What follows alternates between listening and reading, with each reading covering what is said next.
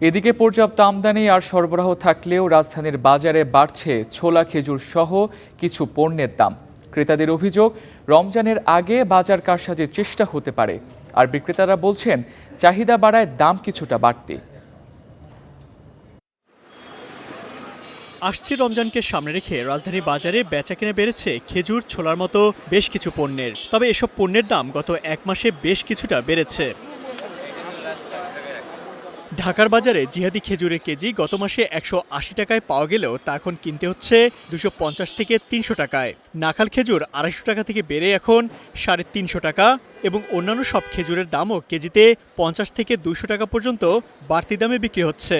যেমন আগে যেটা 300 টাকা বিক্রি করতাম এটা 350 টাকা, আর যেটা 400 টাকা বিক্রি করতাম এটা 450 টাকা, এরকম 50 টাকা বাড়তি হয়েছে। লুলুবাড়ি এরি যেমন আগে 350 400 বেচতাম, এখন বর্তমানে 500 টাকা। মার্কেটে আসে কম, চাহিদা বেশি, এটার জন্য বেশি ভাই। দাবাসটা বাড়ছে আগের তুলনায়, একটু অত বেশি না, 50 টাকা 100 টাকা ধরেন কার্টুনে বাড়ছে।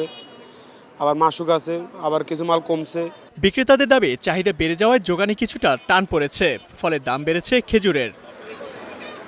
খুচরা বাজারে দাম বেড়েছে ছোলারও। সপ্তাহের ব্যবধানে কেজিতে 10 টাকা বেড়ে বিক্রি হচ্ছে 100 টাকায়। এছাড়া চিনির দামও কেজিতে 5 থেকে 15 টাকা পর্যন্ত বেড়েছে।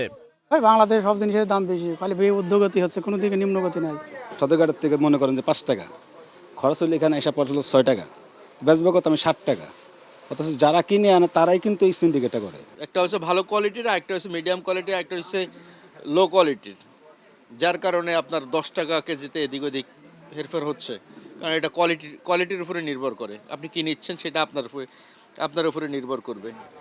বিক্রেতারা বলছেন, রমজানকে সামনে রেখে ভালো মানের পণ্য বাজারে ঢুকছে, তাই দাম একটু বেশি হওয়াটাই স্বাভাবিক। তবে রমজানকে সামনে রেখে সরকারের বাজার মনিটরিং আরও জোরদার করার তাগিদ দেন সাধারণ ভোক্তারা। Imtiaz Ahmed, star news, Dhaka.